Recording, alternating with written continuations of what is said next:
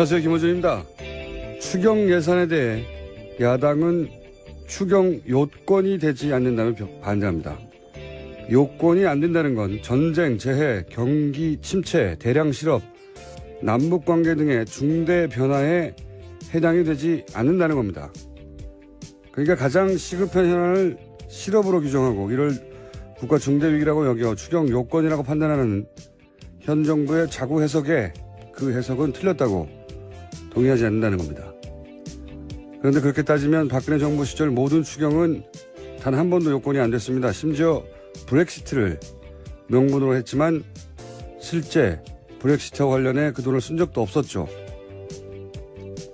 그럼 요건 문제로 추경이 되지 않았던 적이 단 한 번이라도 있었던가?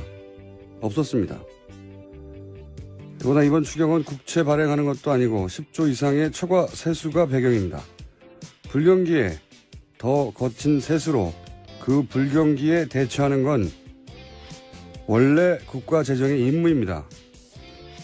야당이 정말 문제 삼아야 할 것은 소득주도 성장이라는 문재인 정부의 정책적 본질이죠. 정부 차원에서 한 번도 시도되지 않았던 정책입니다. 그러니까 그런 정책으로 소득 재분배만으로 지속 성장은 가능한지, 그 한계와 약점은 뭔지 따지고 보완하게 만들어야죠. 한 달 된 새 정부의 첫 번째 프로젝트에 지금 대량 실업으로 보는 게 맞냐, 그 자구 해석을 따지고 있는 게 이게 얼마나 볼품없습니까?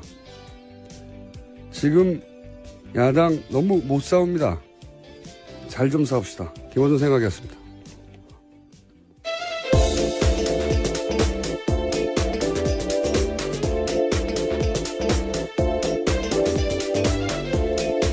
시사인의 김은지입니다.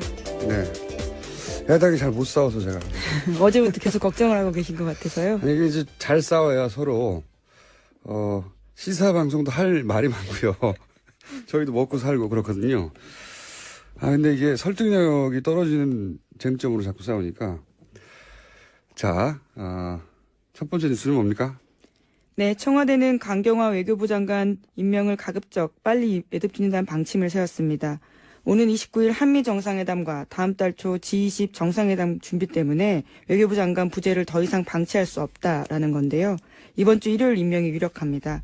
지명 처리를 요구하고 있는 야3당은 강경화 후보자 임명까지 밀어붙이는 건 용납할 수 없다면서 반발하고 있습니다. 특히 자유한국당은 국회 일정을 전면 거부하겠다 이렇게 경고하고 있습니다. 네. 이것도 잘 못 싸우는 거예요. 지금 후보 한 명 임명했잖아요. 두 번째 임명까지 밀어붙이는 건 용납할 수 없다. 그런데, 저는 그 언론이 이럴 때 보도하는 스탠스도 좀 문제가 있다고 생각하는 게 이걸, 임명 강행이라고 잡아서 보도하는 게 현재 프레임인데 강행이라고 하면 안 되는 거예요. 왜 안 되냐? 제 생각입니다. 강행이라는 건 해서는 안 되는 일을 하는 거죠. 절차에 어긋났거나. 그런데 지금 강경화 후보를 장관에 임명하는 건 절차적으로나 법적으로는 어떤 하자도 없어요. 대통령이 가진 정당한 인사권을 행사하는 겁니다. 만약에 김희수 헌재 소장 후보 같이 표결에 붙여야 하는데 붙이지 않고 절차를 뛰어넘었다. 이건 강행이죠. 그건 초법적인 상황인 거죠. 그건 안 되는 거죠. 근데 이게 아니잖아요. 대통령이 국회에 이 사람 어떤가요? 하고 대중 눈높이에서 검증을 요청하고 청문회라는 게 그런 거잖아요. 국회는 이 사람 정도면 괜찮다. 아니면 이 사람 문제 있다. 하고 의견 제시를 하죠. 근데 장관의 경우에는 거기까지가 국회의 권한이에요. 그 이상의 권한은 법적으로 정해진 게 전혀 없어요. 그다음부터는 대통령 임명하면 되는 겁니다. 지금까지도 그래왔었고요. 네. 네, 전 정부에서도. 그래서 그동안 보고서 채택이 안 돼도 임명을 해버린 거죠. 그 인사청문회가 도입된 이후에 그럼에도 불구하고 낙마한 경우는 그 인사에 대해서 워낙 여론이 안 좋다. 부정적 여론이 60% 이상, 70% 이상 되고 찬성이 10%밖에 안 된다. 그런 경우에 여태 딱 3명이 낙마했어요. 그러니까 법적으로는 대통령 인사권이지만 야당이 이렇게 문제 지적을 하는데 여론이 거기에 동조하는 거죠. 아, 이 사람은 정말 문제가 있네. 그러면 그런 여론 때문에 대통령이 철회한 케이스 딱 3번 있었던 거예요. 그것도 법적으로는 안 해도 되는데, 국민 여론을 그렇게까지 거스르면서 이제 임명을 하면 대통령 자신의 지지율이 떨어지거든요. 그래서 국정 동력도 상실되니까 뭐 그래도 임명해 버리는 경우도 많이 있었지만 딱 3명 낙마했는데 이번엔 여론도 60% 이상이 임명을 찬성합니다. 그럼 이 상황에서는 거꾸로 국회가 억지를 부르는 거예요. 대통령의 정당한 인사권 행사를 하려고 하는데 여론도 그걸 지지하고 있는데 그걸 못하게 하는 거죠. 파국이라며. 그런데 이 상황에서 임명하는 게 어떻게 강행입니까? 강행이라고 그 프레임을 잡으면 안 되는 거고요. 현 정부를 상대로 야당이 여론조사에서 진 거예요. 그럼 대통령의 합법적, 절차적 문제없는 임명권을 인정해야 하는 겁니다. 예. 이걸 강행이라고 하면 안 되는 겁니다.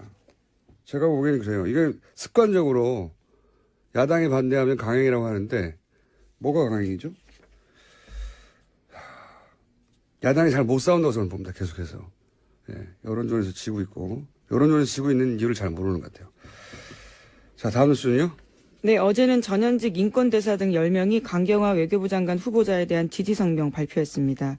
이들은 성명에서 강 후보자는 유엔 사무총장들과 함께 유엔의 정책 전반을 다룬 경험을 지닌 유일무이한 한국의 대표적 외교 전문가다라면서 지지 이유를 밝혔는데요. 이번 성명에는 초대 인권대사를 지낸 박경서 동국대 석좌 교수, 또 이석태 전 인권대사, 이정훈 현 북한 인권대사 등 10명이 참석했습니다. 저는 강경화 후보는 참 이상한 케이스라고 봐요. 이례적이고. 유엔 인권대사들이 이제는 다시 지서명한 거잖아요. 외교부 노조로 출발해서 외교부 장관들도 하고 그다음에 유엔 대사들도 하고 굉장히 전례를 벗어난 전문가 영역에서는 우리 언론에서 잡아내지 못한 강경화 후보의 경쟁력을 받거나 뭐 실력을 그들 사이에서 인정받는 부분이 있거나 이런 게 아니겠나 생각이 들거든요. 너무 이례적이어서. 근데 이제 너무 알려진 바가 없어요, 이분이. 생각해 보니까. 주로 외국에서 활동하다 보니까 그런 점이 좀 있을 텐데요. 왜 이런 분들이 자꾸 지지선언을 이례적으로 하는지는 임명되고 나면 꼭 제가 인터뷰를 해봐야 되겠습니다. 뉴스공장에 초대해서. 이상한 케이스라서. 임명되느냐 안 되느냐보다 저는 강경화 후보 자체에 대해서 궁금해졌어요. 예. 왜 이럴까요, 이분들이? 궁금하지 않습니까? 여러 차례 러브콜 보내줘서 꼭 인터뷰하셨으면 좋겠습니다. 물론 지금 한미 정상회담이랑 G20 등이 남아있긴 한데요. 그 그러니까 사이에. 예. 한미 정상회담 끝나자마자 저희하고 인터뷰 좀 하자는 얘기예요. 아니, 개인적으로 굉장히 신기합니다. 이런 일이 벌어지는 게. 특정 장관 후보가 이런 전방위적인 지지 선언을 공개적으로 받는 게 처음이라서. 자, 다음 뉴스는요. 네, 안경환 법무부 장관 후보자의 저서가 논란 중입니다. 왜곡된 성의식 담았다란 비판을 받고 있습니다. 안 후보자는 데이트 폭력에 대해서 언급하면서 남성의 폭력적 행위를 정당화하진 않았지만 폭력을 동원해서라도 최종 목적을 달성하고 싶은 것이 사내의 생리다라는 식의 남성의 행위를 생물학적 본능으로 표현한 부분이 나옵니다. 법무부 장관으로서 이 같은 성의식과 여성관이 적절하냐라는 지적이 나오고 있습니다. 그렇군요. 이번에 책에서 이런 걸 썼다는 거죠? 네, 어제부터 계속 화제가 되고 있습니다. 저도 그 화제가 된 문제가 된 부분들 읽어봤는데 이 남성적 혹은 뭐 가부장적 가치를 옹호하는 게 아니라 남성으로서 그걸 비판하면서 그런 맥락에서 나온 표현도 있는지 앞뒤가 맥락이 잘린 채 이 부분만 문제되고 있는 걸로 저는 읽었는데 이건 제가 보기에는 제가 할 말이 아니고 안경환 법무부 장관 후보자가 청문회에서 설명을 하겠죠. 네, 독자의 판단 맡기겠다고 어제 아침에 설명했습니다. 네, 저도 해당 부분을 읽어봤는데 이와간 청문회 이 청문회 재밌을 것 같습니다. 어떤 의미에서. 자, 다음 뉴스는요. 네, 어제 김기춘 전 실장 재판에 김종 전 차관이 증인으로 나왔습니다. 김종 차관은 2015년 1월쯤 김기춘 전 실장이 최순실 씨와 그의 딸 잘 지내냐며 안부를 물은 적이 있다라고 진술했습니다. 이거는 뭐랄까요. 그 김기춘 전 비서실장이 나는 모른다고 해왔던. 예, 지금까지 계속 모른다고 해왔고요. 네. 노래까지 나왔죠. 모릅니다라고요. 예, 뉴스공장에서 틀은 바도 있습니다. 아, 법구라지였나요? 모릅니다였나요? 예. 네네. 하여튼 계속 모른다고 예. 했던. 근데 이제 김종 전 차관은 최순실 씨를 만날 때 고수부지 같은 데서 비밀리에 대포폰을 이용해서 아무도 모르게 만났다고 했거든요. 그런데 김기춘 전 비서실장은 그렇게 비밀리에 만나고 있는 김종 차관의 그 최순실 씨와의 만남을 알고 있다는 거잖아요. 게다가 그 만남의 내용이 정윤아 씨에 관련된 것이라는 것을 알고 있어서 정윤아 씨 소식도 김종 차관이 알고 있다는 것을 알고 있었다는 거잖아요. 네, 그런 안부를 물었다라는 거고요. 게다가 평상 김종 전 차관이 어제 한 증언을 보면 이런 내용도 있습니다. 최순실 씨와의 대화를 김기춘 전 실장에게 직접 보고한 적이 있다. 이렇게까지 밝혔거든요. 그러니까요. 이런 김종 전 차관이 대놓고 거짓말을 한 게 아니라면, 네. 근데 김종 전 차관이 이 이사를 거짓말해서 본인이 얻을 이득이 없잖아요. 보통 이제 법정에서 이게 거짓인지 아닌지 그 신빙성을 따질 때 그런 부분을 묻게 되는데 얻는 이득이 없잖아요. 그래서 어제 김기춘 전 실장이 벌떡 자리에서 일어나서 그것은 김종 전 차관의 착각이다. 이런 식의 주장을 계속했습니다. 착각이요. 예. 어쨌든 김종 전 차관의 증언에 비춰보자면 모른다는 건 말이 안 되는 것이고 그게 이제 본인이 워낙 주장해왔던 모른다는 사실과 배치되기 때문에 반론을 펴은 거겠죠. 네. 법정에서 어떻게 판단할지 모르겠는데 김종 전 차관의 증언을 더 신빙성 있게 받아들이지 않겠나. 저는 정황이 그렇습니다. 그런 증언이 나왔다는 거고요. 자, 다음 뉴스는요. 네, 법원이 재판을 중계방송할 수 있게 허가하는 게 좋을지에 대해서 대법원 산하 법원행정처가 판사들에게 설문조사했습니다. 그에 대한 답변이 나왔는데 1,000명이 넘는 판사들이 참여했고 재판 과정 일부 혹은 전부를 중계하자란 판사가 680명이 넘었습니다. 그러니까 전체 67%가 찬성을 한 겁니다. 전체는 아닐지 몰라도 어쨌든 재판 과정 일부가 중계될 수도 있겠네요, 이제. 그럼 또 양상이 좀 달라질 거라고 봅니다. 법정에 직접 가서 재판 과정을 지켜본 사람이 그렇게 많지 않거든요. 예, 쉽지 않습니다. 그리고 실제 지금 하고 싶어도 쉽지 않고요. 예, 뽑아야 되는데요. 그 뽑히는 확률이 아직까지는 좀 경쟁률이 있습니다. 그렇게 되면 그 재판정에서 검찰과 변호인단의 긴장도도 굉장히 올라갈 것이고 생중계되고 있으니까 피고석에 앉아있는 분들도 굉장히 긴장하겠네요. 웃음은 더 이상 나오지 않을 것 같습니다. 네, 졸기도 쉽지 않은 상황이죠. 그건 참기 힘들어요. 아, 그런가요? 참으셨다면서요?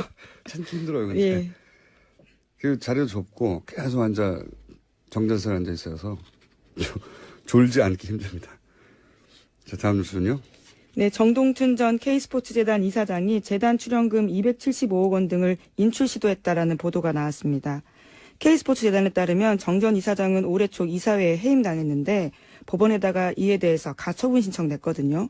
가처분 신청 결과 이사장은 아니지만 이사로서는 지위를 유지할 수 있다라는 내용이 나오자 정 전 이사장이 이 내용을 들고 재단에 찾아가서 자신이 다시 이사장이 됐다 이렇게 소란을 피웠고요. 또 다음 날에는 그것을 들고 은행에 찾아가서 자금 인출 가능한지 물었다고 합니다. 그러니까 반쯤은 맞는 얘기네요. 왜냐하면 법원이 이사회 결의가 새 신임 이사장을 뽑았는데 이사장 임기는 끝난 건 맞다. 그렇죠. 그거는 이제 정동춘 전 이사장 이야기가 틀린 것이고 자기는 계속 이사장이라고 했으니까. 하지만 상임이사 지위는 유지할 수 있다. 상임이사 3명 중에 1명. 예, 아직은 임기가 남아있기 때문입니다. 두 개가 임기가 다르거든요. 그런데 여기서 법원의 결정문 취지하고는 다르게 내가 다시 이사장이 됐다고 주장을 했네요. 예. 예, 적절하지 않은 이야기입니다. 심지어 가처분 결과가 그런 거고요. 본안 소송은 또 들어가거든요. 어떻게 될지 아직 모르는데 그 내용을 들고 나타나서 소란을 피웠다라는 겁니다. 중요한 건 소란을 피웠다는 것보다는 그걸 들고 은행에 가서 K스포츠 재단에 남아있는 275억을 뽑으려고 했다는 거잖아요. 네. 이거는 이해가 안 가네요. 서로 이사장이라고 하더라도 이 돈을 개인적으로 다 뽑을 수가 있나? 은행은 당연히 거부했겠죠? 네, 법인계좌 자금 인출 요구 거부했습니다. 이건 수사의 영역 아닙니까? 굉장히 이상한 시도인데요. K스포츠 재단에 있는 재단 출연금이 자기 개인 돈도 아닌데 이걸 이상하네요. 이 사안 한번 들여다봐야 될 것 같습니다. 자, 이런 보도가 있었습니다. 앞으로 저희도 관심을 가지고 지켜보겠습니다. 다음 뉴스는요. 네, 참, 이 덕분에 노승일 씨가 급여를 못 받고 있었죠. 네, 계속 네. 지금 돈이 계좌를 묶여 묶어버려가지고. 있어서요. 예. 예. 다음 여러 뉴스는요? 명이 다 못 받고 맞습니다. 있습니다. 아무도 못 K스포츠재단 직원들요. 아무도 못 받고 있었어요. 다음 뉴스는요? 네, 런던에서 큰 화재 났습니다. 런던 경찰청은 런던 시내 24층짜리 아파트 건물 화재로 지금까지 12명이 사망한 것으로 확인했다고 밝혔습니다. 화재. 저도 뉴스를 잠깐 봤는데, 여기가 런던 히드로 공항에서 시내로 들어올 때 고가가 지나가는 동네예요. 그 고가 들어오면서 도시개발에 관련해서 이슈가 됐던 오랫동안 지역에 제가 좀, 그걸 읽어본 기억이 있어서 여기가 이민자들이 많이 모여 사는 빈곤 지역이었거든요. 그래서 런던에서 인구 밀도가 가장 높은 것이었는데 이제 나중에 개발되면서 부촌도 붙게 되고 그 왜 뉴욕에 가면 할렘가하고 부촌하고 바로 붙어 있잖아요. 한 블록에. 네. 그런 걸 연상하시면 되는데 그 왜 영화 노팅힐이라는 영화 있잖아요. 그 동네입니다. 여기가. 그 동네인 네. 그 동네인데 이 이야기를 하는 이유가 뭐냐면 화재를 났다는 뉴스 영상을 봤는데 불이 아주 삽시간에 번지더라고요. 그렇죠. 그랬다는 얘기는 이게 고층 건물인데 그랬다는 건 스프링클러나 방화벽 같은 이제 기본 방어 설비가 제대로 안 됐다는 거거든요. 그래서 이 지역의 특성하고 연결해 보면 굉장히 오래된 가난한 사람들이 사는 임대 아파트거나 그럴 가능성이 높다. 예, 실제로 구청 소유의 임대 아파트라고 합니다. 그래요? 네. 이미 보도가 됐군요. 네. 저는 그렇게 추정했는데 예, 예. 좋게 말하면 서민 아파트인 거죠. 근데 이런 대형 재난은 왜 이런 것에서 많이 나는지 모르겠어요. 기본적으로. 그리고 또 한 가지는 최근 영국이 이제 브렉시트로 영국에서 독일로 이민 가는 사람들이 굉장히 늘어났다고 하거든요. 사실 EU는 이민을 잘 안 가요. 왜냐하면 EU 그 영내 국민들은 뭐 거의 똑같은 권리를 누리기 때문에 이민이라는 절차를 밟을 필요가 없는 거예요. 그냥 가서 살면 되는 거지. 근데 이제 EU를 탈퇴하니까 영국에서 EU가 주던 혜택을 누리던 특히 젊은 사람들이 이민을 가는 거죠. 근데 그 첫 번째 상대 국가가 독일이에요. 굉장히 역사의 아이러니인데 영국을 유일하게 폭격한 나라가 독일 아닙니까? 역사로 치면 우리가 이제 경제 문제로 일본으로 이민이 갑자기 젊은 사람들이 늘어나는 거나 마찬가지인데 굉장히 이상한 이례적인 상황이죠. 아이러니한 상황.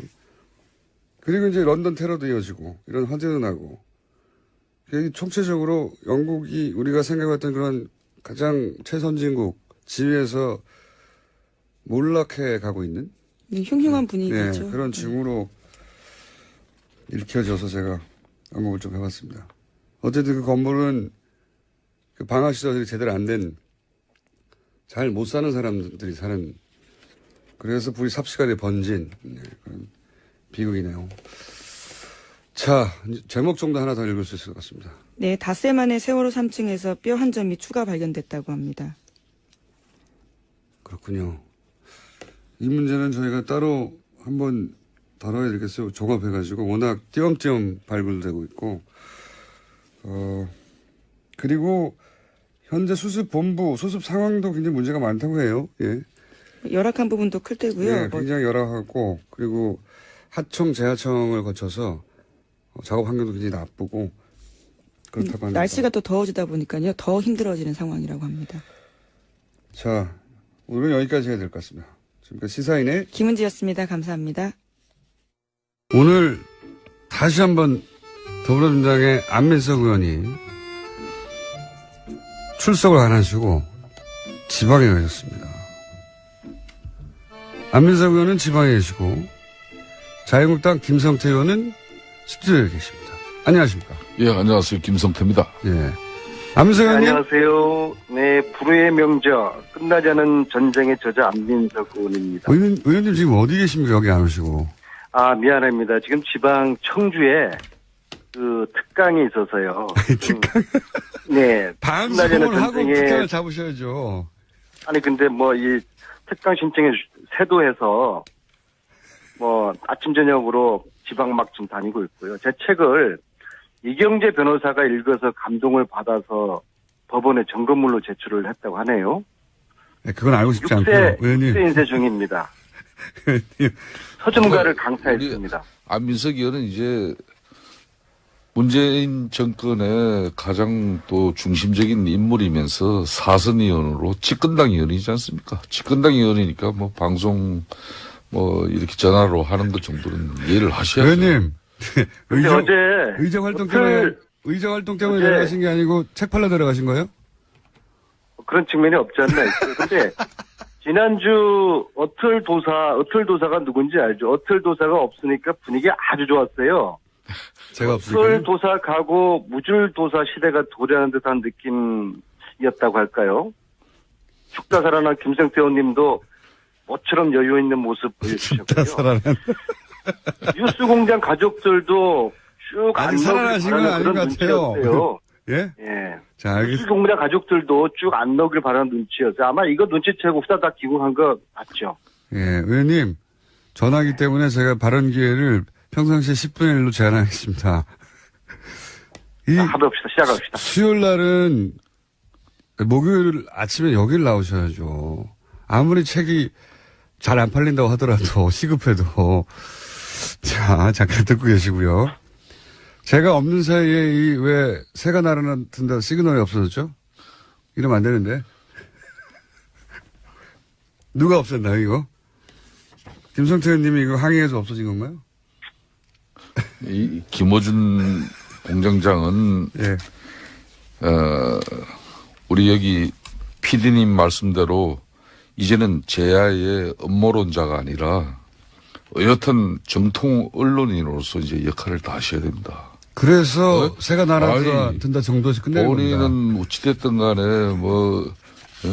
이 보수정당 정치인들 물먹이고 그냥 기죽이고 또 정치력 상실시켜서 그렇게 해서 이 청취자들에게 뭐 일시적인 만족은 드릴지 모르지만은 그건 고약한 침해예요.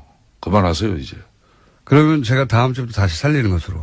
저희 PD도 지금 휴가를 가가지고 예. 말씀을 잘 들었고요. 참고해서 다시 살리도록 하겠습니다. 에이, 참으세요. 자, 최근에 그 자유한국당에서는 김상조 강경화 후보 낙마에 올인해 있잖아요. 예. 이거 낙마에 올인할 수는 있는데 낙마에 사실상 실패했지 않습니까? 여론을 자유한국당 편으로 끌어들이는데.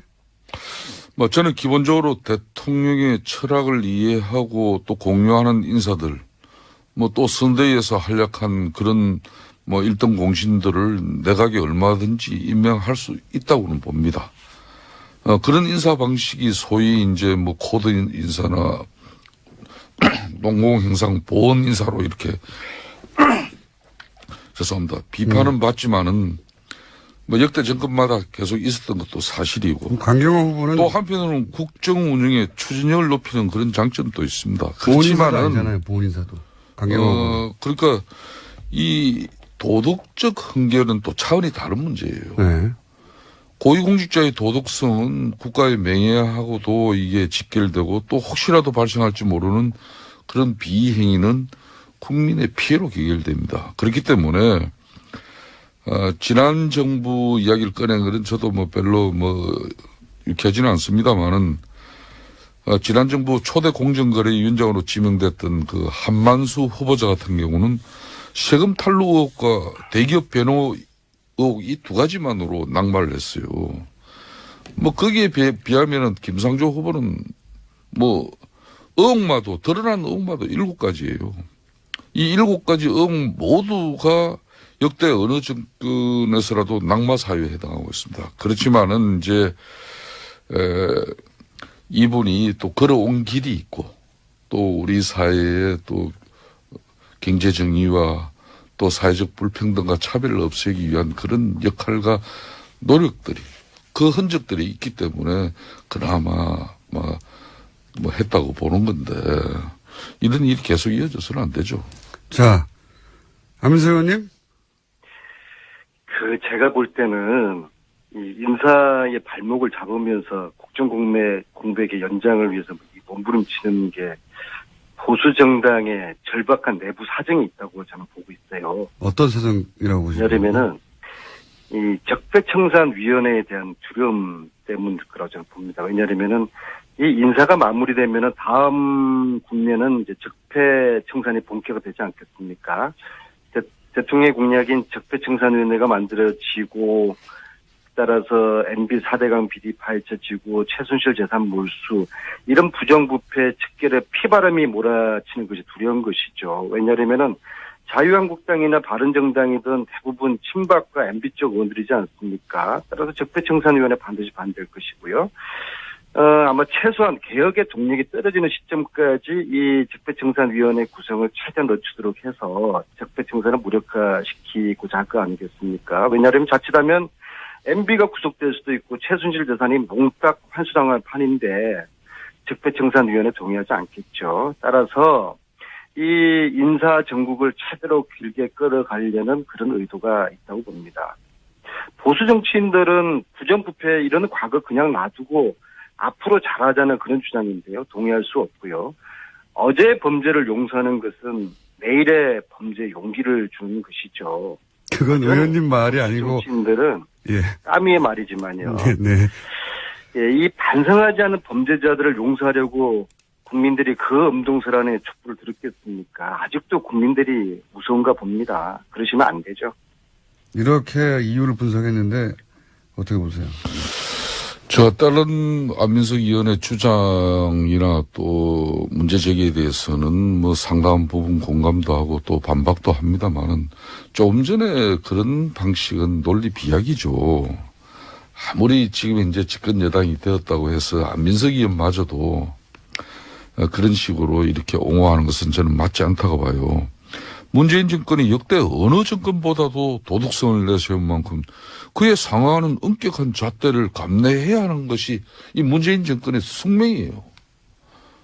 문재인 대통령이 그렇게 호언장담했던 이 공직 배제 5대 원칙이 아무리 선거 과정에 한낱 선거 구호로 거쳤다고 볼 수 있지만은 대통령이나 집권 여당이 흠결 넘는 사람은 없다.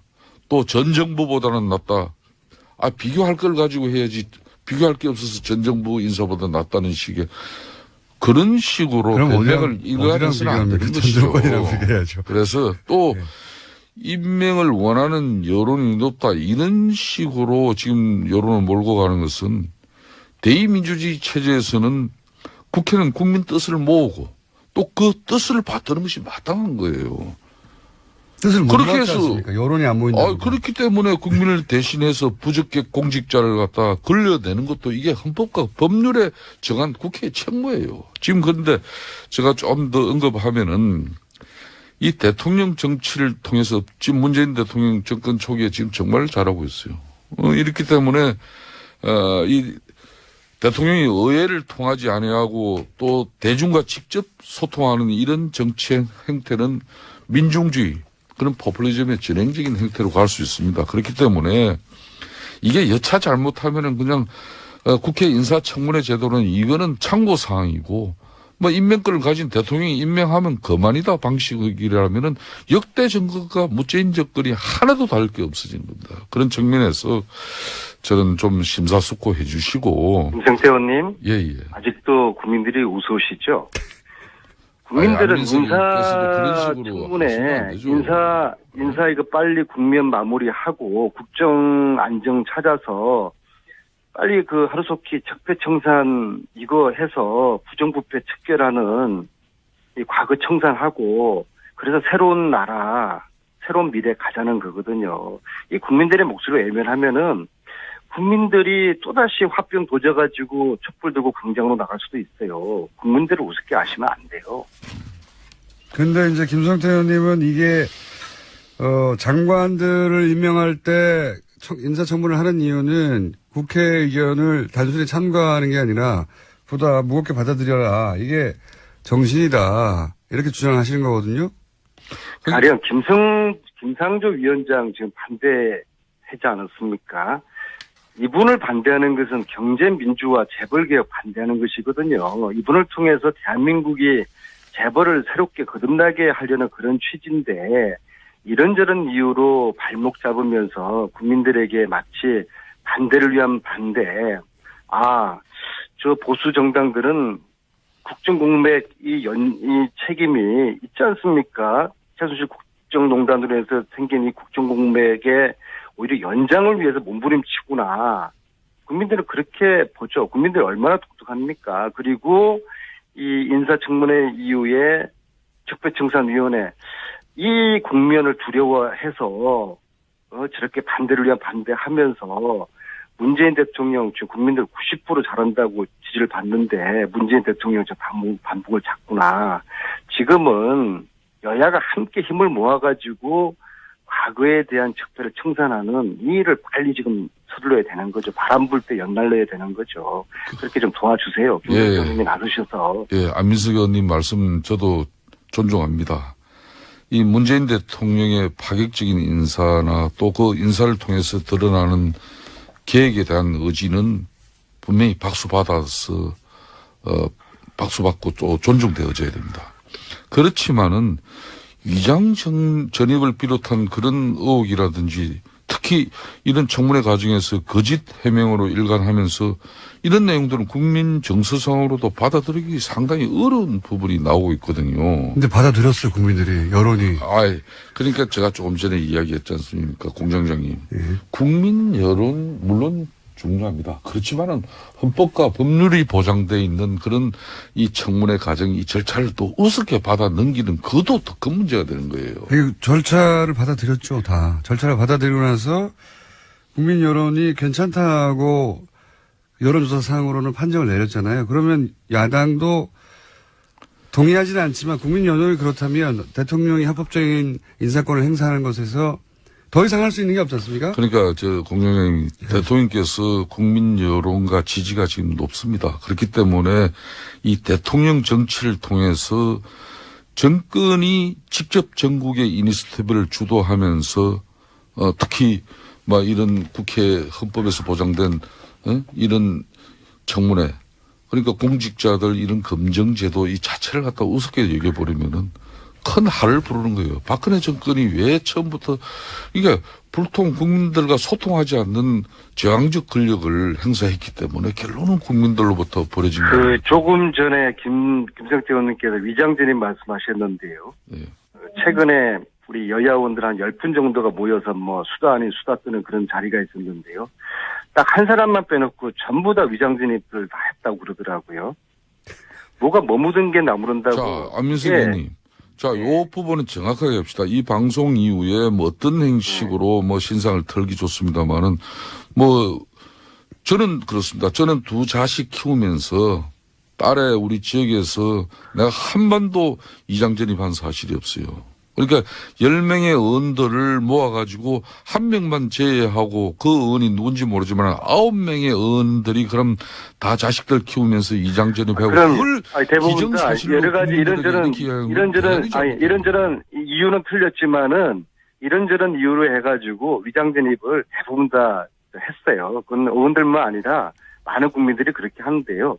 왜 했느냐가 문제죠. 왜 했는지를 그걸 문제를 삼아서 이것은 좀 케이스 바이 케이스로 따져봐야 될 문제고요. 어쨌거나 물론 이제 하자가 있는 후보는 당연히 검증되고 걸러져야죠. 그런데 안민석 의원님 저 북만산청에 한번 가보세요. 북만산청에 가면 이유 없는 죽음이 단 하나라도 있는가 한번 보세요. 다 이유 있는 죽음이죠. 예? 근데 이 지금 역대 그러면 30명의 장관이나 총리 후보자들이 이 낙마한 것은 다 이런저런 이유예요. 30명이 낙마하지 않고 3명이 낙마했습니다. 아닙니다. 역대 보면요. 예. 역대 이 낙마한 그러니까 MB 정권부터 해가지고 쭉 역대 정권들이 2000년 이후에 인사청문회에서 낙마한 고위 공직자이 30명이에요. 3명입니다. 아닙니다. 2000년 이후 인사청문회 나온 30명이 부동산 투기 14건, 위장전입 8건, 세금 탈루 8건, 논문 표절 5건, 경력 논란 3건, 이렇게 해서 30건이에요. 그런데 공장장은 어디서 보시고 3건이라고 그래요? 근데 지금은 공백의 이 책임이 자유한국당하고 바른정당 의원님들한테 있는 거 아니에요. 그러면은 이 공백을 빨리 좀 메우려고 그렇게 협력하는 게 그게 상식적이고 정치 도입이 맞는 거 아니겠습니까? 자기들이 저지르는 국정공백 이것을 시간을 끌고 연장하려고 과거에 이야기하시고 그거는 좀 이치에 맞지 않는 것 같아요. 김성태 의원님이 그쪽 의원님들 잘 좀 설득하세요. 네, 저도 안 의원님 국민의 눈높이에서 공직자를 검증하고 또 정부 여당의 독주를 견제 비판하는 것은 야당이 마땅히 해야 할 일입니다. 그렇지만은 저 개인적으로도 며칠 전에 대통령께서 국회를 찾아오셔가지고 추경의 필요성에 대해서 대국회 대국민 호소를 했어요. 막 그런 대통령 시정연설 때 뭐 이렇게 피켓 시위 같은 행위 이런 부분은 사실상 피켓 시위 원조는 민주당 아닙니까? 그런 구태한 전유물을 또 지금 야당이 됐다고 해가지고 그런 방식을 써야 되느냐 이런 부분은 이제 국민들이 공감할 수 있는 그런 새로운 방식을 찾아야 된다 이렇게 생각합니다. 저는 아니 그런 대통령이 측면에서. 국회까지 오셔서 설득 직접 하시고 또 그저께 상임위원장들 청와대 초대해서 이렇게 부탁하고 설득하셨으면은 더 이상 대통령이 뭘 어떻게 하란 말입니까? 이거는 정말 발목 잡기 그 이상 그 이하도 아닌 것이죠. 그래서 빨리 이거 인사 매듭 짓고 부정부패 이 척결하는데 적폐청산 국면으로 넘어가야 되지 않겠습니까? 그러니까 우리 솔직히 이렇게 말씀하시면 좋겠어요. 이명박 대통령 비리 수사하는 거 이거 두려워서 그런 거 아닙니까? 좋습니다. 그런 앞으로 거 없어요? 적폐청산을 위해서 문재인 정권에서 어떠한 행위를 하더라도 정의롭고 공정한 세상을 위해서 할 일 해야 됩니다. 그런 측면에서 지금 안경환 법무장관 후보자도 한번 보십시다. 그런 적폐청산과 사회정의를 바로 세워야 될 법무부 장관이 술자리에는 반드시 여성이 있어야 하며 없으면 장모라도 곁에 있어야 한다. 젊은 여자는 뭐 중간에 제가 생략하겠습니다마는 당당하게 매춘으로 살 수 있다. 뭐 이런 식의 아니 그 책 중에서 몇 줄 책의 가지고 내용을 담은 이런 책 제목이 장관을 갖다 무슨 또 아무리 지금 현재 아니 김정태 적폐청산이 의원님 그 책 지금 시급하고 말씀하신 그 책 제목이 뭔지 아세요? 그 책 제목이 뭔지 아세요? 읽거나 보셨어요? 읽어봤습니다. 상당한 부분. 그 책 제목이 뭡니까? 예? 남자란 무엇인가? 남자는 무엇으로 책 세상을 전체를 사는 거 읽어보면은 아닙니까? 지금 말씀하신 거는 아주 한 줄 한 줄만 떼어가지고 앞뒤 문맥은 생략하고 그게 말도 안 되는 그런 비방을 하고 있고요. 제가 안경환 그분을 사실은 몇 년 전에 서울교육감 보궐선거 나오시라고 출마 근유 드리느라고 제가 만나 뵌 적이 있는데요. 저는 그분에 대해서 참 상대를 배려하고 예의를 갖춘 아주 꿋꿋한 선비 그리고 권력에 대한 사심이 없는 분 참 이러한 대한민국에 이런 학자가 있었구나. 참 인품도 훌륭하시고요. 그런 분 정도면 저는 대한민국 법무부 장관으로서 이 정치 검찰을 국민 검찰로 만드는 그런 분으로 저는 최적격자로 보거든요. 이런 분 말고 다른 분을 한번 추천 한번 해보세요.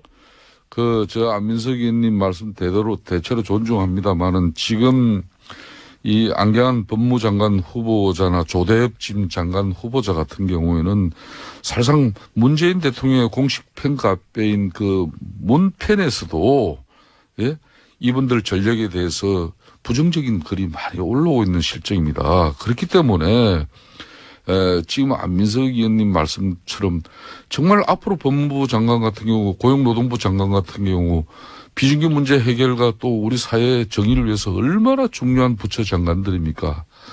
역대 가장 수준 높은 도덕성을 가져야 될 그런 후보자를 여러분들이 좀 시간은 촉박하더라도 제대로 된 사람을 선택해야지 이런 분들을 그냥 밀어붙이겠다 그러면은 이게 문재인 정권이 꼭 성공해야 되는 정권이 과연 이게 국민들에게 좋은 평가가 계속 이어지겠냐 이런 우려를 가지는 거죠. 그리고 잠깐만요. 국정 공백을 빨리 메워야 된다고 생각하세요? 아니면 국정 공백을 지금 연장 한번 시켜보겠다는 것입니까? 국정 공백을 가져서는 안 되는 것이죠. 네, 그러면 빨리 인사 공백을 빨리 메워줘서 그쪽에서 저질러 놓은 국정 공백 정말 양심이 있으면은 앞장서서라도 이거 빨리 메워줘야 되는 거 아닙니까? 자, 의원님 다음 주에는 큰 틀에서 보세요. 큰 틀에서. 다음 주에는 꼭 스튜디오에 나와주시고요. 아무리 책 자꾸 팔려 나가시면은 코너 없어집니다. 책을 팔아야지 그 돈 가지고 독일을 지금 다시 가거든요. 저 혼자 가는 것도 아니고 의원님 아는국 다른 요일날 파시고요. 네. 그리고 김성태 의원님이 30명 얘기하셨는데 제가 정확하게 정리해드릴게요. 청문회 보고서가 채택되지 않아서 낙마한 사람은 3명밖에 없습니다. 제가 그 말씀을 드린 거고. 지금 예, 3명밖에 없고 역대 인사청문회 과정에서 낭만 사람. 철회하거나 뭐 네. 다른 이유가 생겨서 물러나거나 아니면 여론이 나빠서 낙마하거나 그렇게 끝까지 임명되지 않은 사람의 숫자가 30명. 그래서 뭐 김성태 형님이 말씀하시는 거는 후자인 것 같고 저는 이제 전자. 지금은 청문회 보고서가 채택되지 않았는데도 임명하느냐 마느냐를 얘기하지 않습니까? 근데 그 경우에 낙마한 사람은 3명밖에 없었다는 얘기를 하는 거고요. 그런 이유로. 그러니까 그리고 이 인사뿐만 아니라요. 예. 일자리 늘리기 위한 예산을 좀 더 편성하자는 이것도 반대하지 않습니까? 야당은 야당은 대한민국의 일자리 위기를 지금 안일하게 보고 있는 것이고요. 이 예산은 국민 생존 예산이거든요. 아마 국민들에게 강한 저항이 부딪힐 것이고요. 이건 해도 너무한 것이고요. 저는 국민들이 이 지난 겨울에는 엄동설안에 촛불 들었지만은 이제 장마철에 우산 들고 또 땡볕에 한여름에 다시 촛불을 들 수도 있을 거라고 봅니다. 국민들 우습게 보면 안 돼요. 안민석 의원께서는 이제는 문재인 정권은 이제 권력을 가진 정권입니다. 또 민주당은 집권 여당이에요. 무한한 국정 운영에 대한 책임을 가져야 됩니다. 이거는 국회와의 협치를 통해서 안정적 국정 운영을 가져가야 되는 것이지 헌법과 법률을 무시하면서 국민 여론만 가져가면 된다는 식은 이건 상당히 위험한 발상이 될 수밖에 없어요. 아니 국회는 인사검증을 국민들은 안중에도 없습니까? 국민들이 무엇을 원하고 바라는지 국민을 보고 정치를 해야죠. 왜 국회의원들은 국민들은 안중에도 없고 국회의원들 자기들만 똑똑한 조국 민정수석이 과거 음주운전 경력이 있는 후보자에게 어떤 이야기를 했습니까?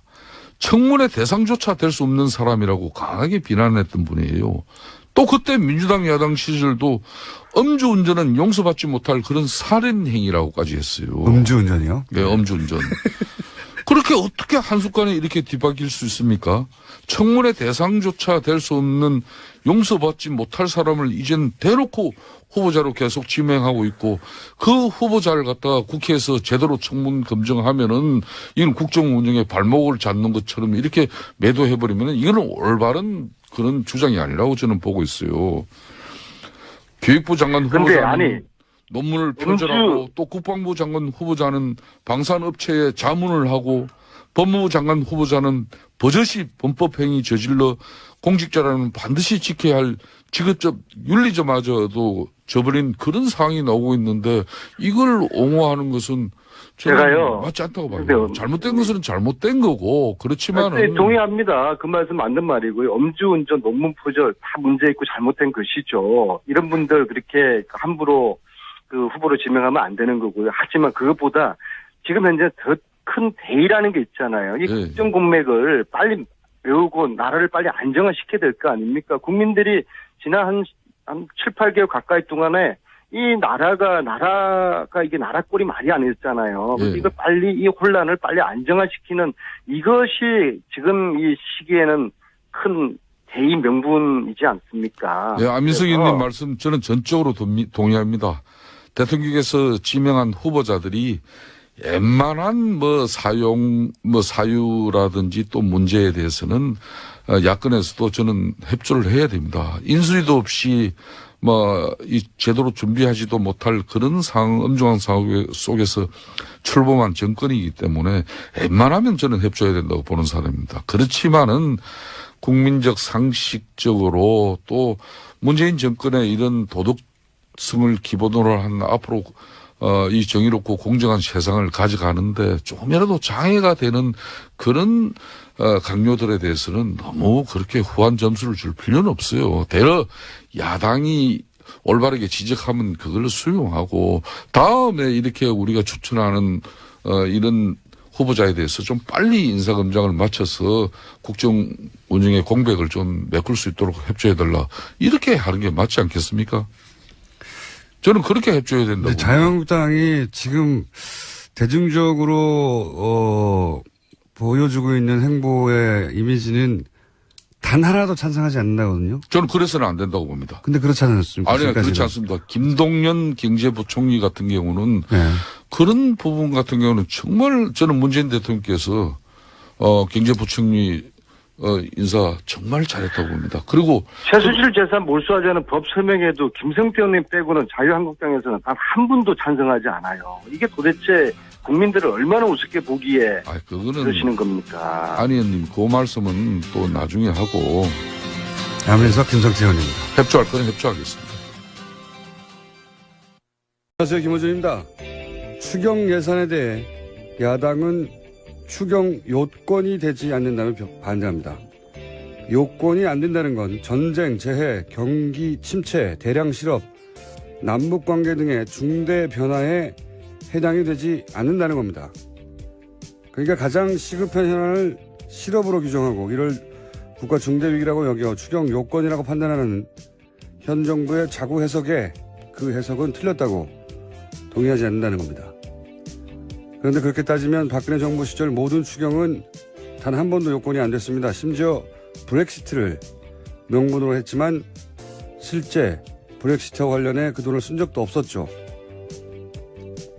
그럼 요건 문제로 추경이 되지 않았던 적이 단 한 번이라도 있었던가? 없었습니다. 더구나 이번 추경은 국채 발행하는 것도 아니고 10조 이상의 초과 세수가 배경입니다. 불경기에 더 거친 세수로 그 불경기에 대처하는 건 원래 국가 재정의 임무입니다.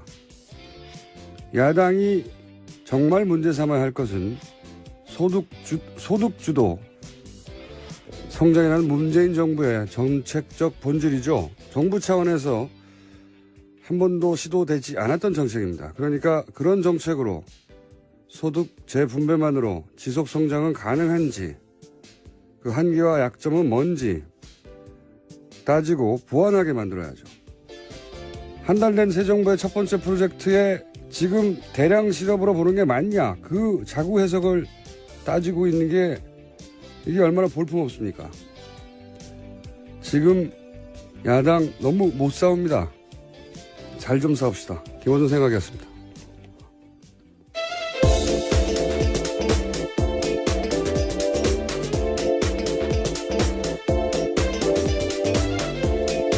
시사인의 김은지입니다. 네. 야당이 잘 못 싸워서 제가. 어제부터 계속 걱정을 하고 계신 것 같아서요. 아니, 이게 이제 잘 싸워야 서로, 시사 방송도 할 말이 많고요. 저희도 먹고 살고 그렇거든요. 근데 이게 설득력이 떨어지는 쟁점으로 자꾸 싸우니까. 자, 첫 번째 뉴스는 뭡니까? 네, 청와대는 강경화 외교부 장관 임명을 가급적 빨리 매듭짓는다는 방침을 세웠습니다. 오는 29일 한미 정상회담과 다음 달 초 G20 정상회담 준비 때문에 외교부 장관 부재를 더 이상 방치할 수 없다라는 건데요. 이번 주 일요일 임명이 유력합니다. 지명 처리를 요구하고 있는 야3당은 강경화 후보자 임명까지 밀어붙이는 건 용납할 수 없다면서 반발하고 있습니다. 특히 자유한국당은 국회 일정을 전면 거부하겠다 이렇게 경고하고 있습니다. 네. 이것도 잘 못 싸우는 거예요. 지금 후보 한 명 임명했잖아요. 두 번째 임명까지 밀어붙이는 건 용납할 수 없다. 그런데 저는 그 언론이 이럴 때 보도하는 스탠스도 좀 문제가 있다고 생각하는 게, 이걸 임명 강행이라고 잡아서 보도하는 게 현재 프레임인데, 강행이라고 하면 안 되는 거예요. 왜 안 되냐? 제 생각입니다. 강행이라는 건 해서는 안 되는 일을 하는 거죠. 절차에 어긋났거나. 그런데 지금 강경화 후보를 장관에 임명하는 건 절차적으로나 법적으로는 어떤 하자도 없어요. 대통령이 가진 정당한 인사권을 행사하는 겁니다. 만약에 김희수 헌재 소장 후보 같이 표결에 붙여야 하는데 붙이지 않고 절차를 뛰어넘었다. 이건 강행이죠. 그건 초법적인 상황인 거죠. 그건 안 되는 거죠. 근데 이게 아니잖아요. 대통령이 국회에 이 사람 어떤가요? 하고 대중 눈높이에서 검증을 요청하고 청문회라는 게 그런 거잖아요. 국회는 이 사람 정도면 괜찮다, 아니면 이 사람 문제 있다 하고 의견 제시를 하죠. 근데 장관의 경우에는 거기까지가 국회의 권한이에요. 그 이상의 권한은 법적으로 정해진 게 전혀 없어요. 그다음부터는 대통령 임명하면 되는 겁니다. 지금까지도 그래왔었고요. 네. 네, 전 정부에서도. 그래서 그동안 보고서 채택이 안 돼도 임명을 해버린 거죠. 그 인사청문회가 도입된 이후에 그럼에도 불구하고 낙마한 경우는 그 인사에 대해서 워낙 여론이 안 좋다. 부정적 여론이 60% 이상, 70% 이상 되고 찬성이 10%밖에 안 된다. 그런 경우에 여태 딱 3명이 낙마했어요. 그러니까 법적으로는 대통령 인사권이지만 야당이 이렇게 문제 지적을 하는데 여론이 거기에 동조하는 거죠. 아, 이 사람은 정말 문제가 있네. 그러면 그런 여론 때문에 대통령이 처리한 케이스 딱 3번 있었던 거예요. 그것도 법적으로는 안 해도 되는데, 국민 여론을 그렇게까지 거스르면서 이제 임명을 하면 대통령 자신의 지지율이 떨어지거든요. 그래서 국정 동력도 상실되니까 뭐 그래도 임명해 버리는 경우도 많이 있었지만 딱 3명 낙마했는데 이번엔 여론도 60% 이상이 임명을 찬성합니다. 그럼 이상 본인이 얻을 이득이 없잖아요. 보통 이제 법정에서 이게 거짓인지 아닌지 그 신빙성을 따질 때 그런 부분을 묻게 되는데 얻는 이득이 없잖아요. 그래서 어제 김기춘 전 실장이 벌떡 자리에서 일어나서 그것은 김종 전 차관의 착각이다 이런 식의 주장을 계속했습니다. 착각이요. 예. 어쨌든 김종 전 차관의 증언에 비춰보자면 모른다는 건 말이 안 되는 것이고 그게 이제 본인이 워낙 주장해왔던 모른다는 사실과 배치되기 때문에 반론을 펴은 거겠죠. 네. 법정에서 어떻게 판단할지는 모르겠는데 김종 전 차관의 증언을 더 신빙성 있게 받아들이지 않겠나. 저는 정황이 그렇습니다. 그런 증언이 나왔다는 거고요. 자, 다음 뉴스는요. 네, 법원이 재판을 중계방송할 수 있게 허가하는 게 좋을지에 대해서 대법원 산하 법원행정처가 판사들에게 설문조사했습니다. 그에 대한 답변이 나왔는데 1,000명이 넘는 판사들이 참여했고 재판 과정 일부 혹은 전부를 중계하자란 판사가 680명이 넘었습니다. 그러니까 전체 67%가 찬성을 한 겁니다. 전체는 아닐지 몰라도 어쨌든 재판 과정 일부가 중계될 수도 있겠네요, 이제. 그럼 또 양상이 좀 달라질 거라고 봅니다. 법정에 직접 가서 재판 과정을 지켜본 사람이 그렇게 많지 않거든요. 예, 쉽지 않습니다. 그리고 실제 지금 하고 싶어도 쉽지 않고요. 예, 뽑아야 되는데요. 그 뽑히는 확률이 아직까지는 좀 경쟁률이 있습니다. 그렇게 되면 그 재판정에서 검찰과 변호인단의 긴장도도 굉장히 올라갈 것이고 생중계되고 있으니까 피고석에 앉아있는 분들도 굉장히 긴장하겠네요. 웃음은 더 이상 나오지 않을 것 같습니다. 네, 졸기도 쉽지 않은 상황이죠. 그건 참기 힘들어요. 아, 그런가요? 참으셨다면서요? 참기 힘들어요. 근데. 예. 그 자리도 좁고 계속 정자세에 앉아 있어서 졸지 않기 힘듭니다. 자, 다음 뉴스는요. 네, 정동춘 전 K스포츠재단 이사장이 재단 출연금 275억 원 등을 인출 시도했다라는 보도가 나왔습니다. K스포츠재단에 따르면 정 전 이사장은 올해 초 이사회에 해임당했는데 법원에다가 이에 대해서 가처분 신청 냈거든요. 가처분 신청 결과 이사장은 아니지만 이사로서는 지위를 유지할 수 있다라는 내용이 나오자 정 전 이사장이 이 내용을 들고 재단에 찾아가서 자신이 다시 이사장이 됐다 이렇게 소란을 피웠고요. 또 다음 날에는 그것을 들고 은행에 찾아가서 자금 인출 가능한지 물었다고 합니다. 그러니까 반쯤은 맞는 얘기네요. 왜냐하면 법원이 이사회 결의가 상황에서는 거꾸로 국회가 억지를 부르는 거예요. 대통령의 정당한 인사권 행사를 하려고 하는데 여론도 그걸 지지하고 있는데 그걸 못하게 하는 거죠. 파국이라며. 그런데 이 상황에서 임명하는 게 어떻게 강행입니까? 강행이라고 그 프레임을 잡으면 안 되는 거고요. 현 정부를 상대로 야당이 여론조사에서 진 거예요. 그럼 대통령의 합법적, 절차적 문제없는 임명권을 인정해야 하는 겁니다. 예. 이걸 강행이라고 하면 안 되는 겁니다. 제가 보기에는 그래요. 이게 습관적으로 야당이 반대하면 강행이라고 하는데 뭐가 강행이죠? 야당이 잘 못 싸운다고 저는 봅니다. 계속해서. 예, 여론조사에서 지고 있고 여론조사에서 지고 있는 이유를 잘 모르는 것 같아요. 자, 다음 뉴스는요. 네, 어제는 전현직 인권대사 등 10명이 강경화 외교부 장관 후보자에 대한 지지 성명 발표했습니다. 이들은 성명에서 강 후보자는 유엔 사무총장들과 함께 유엔의 정책 전반을 다룬 경험을 지닌 유일무이한 한국의 대표적 외교 전문가다라면서 지지 이유를 밝혔는데요. 이번 성명에는 초대 인권대사를 지낸 박경서 동국대 석좌교수, 또 이석태 전 인권대사, 이정훈 현 북한인권대사 등 10명이 참석했습니다. 저는 강경화 후보는 참 이상한 케이스라고 봐요. 이례적이고. 유엔 인권 대사들이 이제는 다시 지서명한 거잖아요. 외교부 노조로 출발해서 외교부 장관들도 하고 그다음에 유엔 대사들도 하고 굉장히 전례를 벗어난 전문가 영역에서는 우리 언론에서 잡아내지 못한 강경화 후보의 경쟁력을 받거나 실력을 그들 사이에서 인정받는 부분이 있거나 이런 게 아니겠나 생각이 들거든요. 너무 이례적이어서. 근데 이제 너무 알려진 바가 없어요, 이분이. 생각해 보니까. 주로 외국에서 활동하다 보니까 그런 점이 좀 있을 텐데요. 왜 이런 분들이 자꾸 지지선언을 이례적으로 하는지는 임명되고 나면 꼭 제가 인터뷰를 해봐야 되겠습니다. 뉴스공장에 초대해서. 이상한 케이스라서. 임명되느냐 안 되느냐보다 저는 강경화 후보 자체에 대해서 궁금해졌어요. 예. 왜 이럴까요, 이분들이? 궁금하지 않습니까? 여러 차례 러브콜 보내셔서 꼭 인터뷰 하셨으면 좋겠습니다. 물론 지금 한미 정상회담이랑 G20 등이 남아있긴 한데요. 그 그러니까 사이에. 예. 한미 정상회담 끝나자마자 저희하고 인터뷰 좀 하자는 얘기예요. 아니, 개인적으로 굉장히 신기합니다. 이런 일이 벌어지는 게. 특정 장관 후보가 이런 전방위적인 지지 선언을 공개적으로 받는 게 처음이라서. 자, 다음 순요. 네, 안경환 법무부 장관 후보자의 저서가 논란 중입니다. 왜곡된 성의식 담았다란 비판을 받고 있습니다. 안 후보자는 데이트 폭력에 대해서 언급하면서 남성의 폭력적 행위를 정당화하진 않았지만 폭력을 동원해서라도 최종 목적을 달성하고 싶은 것이 사내의 생리다라는 식의 남성의 행위를 생물학적 본능으로 표현한 부분이 나옵니다.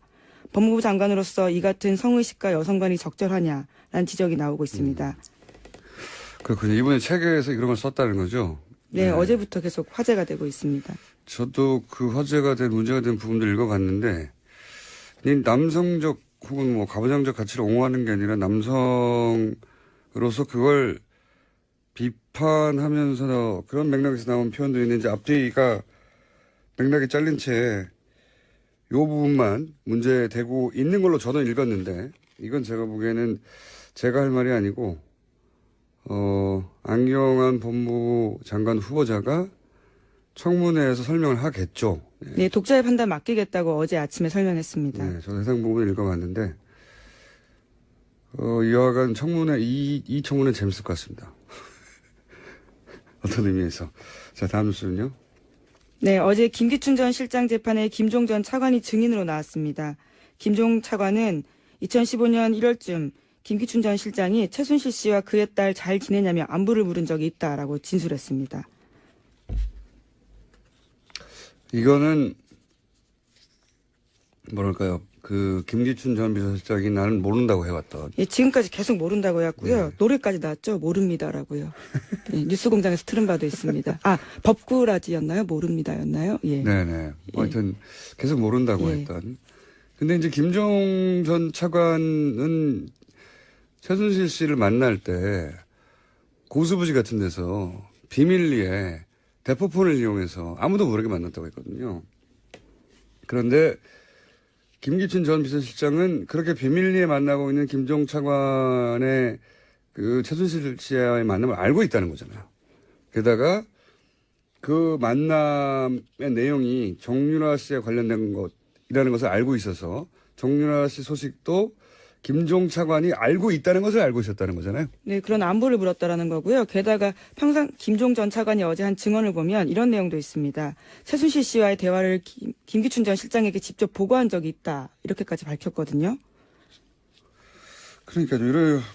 김종 전 차관이 대놓고 거짓말을 한 게 아니라면, 네. 근데 김종 전 차관이 이 사를 거짓말해서